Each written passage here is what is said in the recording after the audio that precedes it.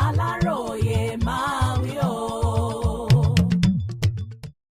Ọ̀ṣun 2026 ẹgbẹ́ òṣèlú ADC fa Najim Salam kalẹ̀ ní ìmúrasílẹ̀ fún ìdìbò gómìnà ìpínlẹ̀ Ọ̀ṣun tí yóò wáyé lọ́jọ́ kẹjọ oṣù kẹjọ ọdún 2026. Ẹgbẹ́ African Democratic Congress ti fa Honourable Najim Salam kalẹ̀ gẹ́gẹ́ bí olùdíje. Salam, ẹni tó jẹ́ ọmọ bíbí ìlú Èjìgbò, ló ti fi ìgbà kan jẹ́ olórí àwọn ọmọ ilé ìgbìmọ̀ aṣòfin ìpínlẹ̀ Ọ̀ṣun tó sì lò sáà méjì níbẹ̀. Àwòrán tí Aláròyé rí fi hàn wípé olú ilé ẹgbẹ́ ADC nílùú Àbújá ló ti gba fọ́ọ̀mù láti fi èròǹgbà rẹ̀ fún ìdíje, tó sì tún dá fọ́ọ̀mù náà padà lẹ́yìn tó dáhùn ìbéèrè inú rẹ̀ níbàámu pẹ̀lú àlàkalẹ̀ àjọ INEC. Tẹ́ ò bá gbàgbé, òpin ọ̀sẹ̀ tó kọjá làwọn àgbààgbà ẹgbẹ́ ADC lọ́ṣùn lọ sílùú Èkó níbi tí wọ́n ti dìbò láàrin Salam, Moshood Adeoti àti Adelere Orí-Olówó.